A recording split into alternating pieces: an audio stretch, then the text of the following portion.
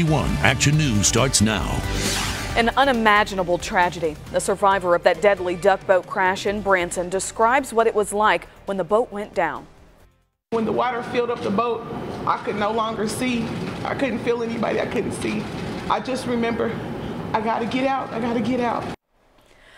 Tia Coleman lost 9 members of her family in that accident, including her husband and 3 kids. 41 Action News reporter Sarah Plake is live in Branson, where Coleman talked about just her heartbreaking experience this afternoon. Sarah, it is, just tough to describe everything she's going through. Absolutely. There are no words, absolutely no words, nothing to say to express how sorry we are for Tia Coleman, but she showed such strength sitting up there talking to all these reporters about her survival story, and it is quite a powerful survival story. If I was able to get a life jacket, I could have saved my babies, because they could have at least floated up to the top and somebody could have grabbed them.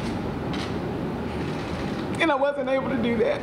Tia Coleman and her nephew are 2 of 14 survivors after their duck boat sank to the bottom of Table Rock Lake Thursday evening.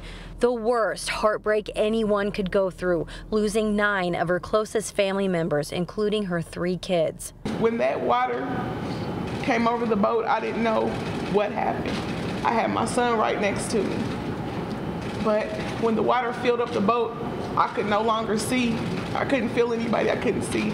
I just remember, I gotta get out, I gotta get out. When the duck boat started sinking just after 7 o'clock that night, storms had rolled in, sending the passengers into panic. Coleman says somehow she was sucked out of the boat. The waves were crashing over my face, and every time I get my head a little bit above water, I scream, help, help. No one had life jackets on. The crew never said anything, she says, even as the waves crashed on. It was said that that there are life jackets, but don't worry, you will not need them.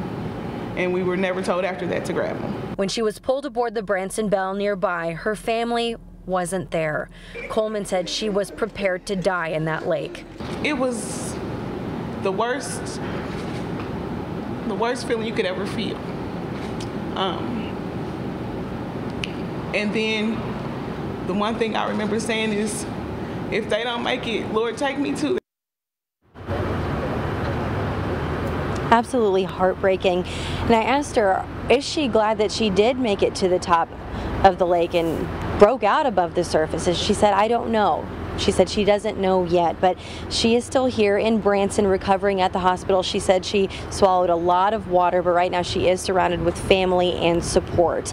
In Branson, I'm Sarah Plake, 41 Action News.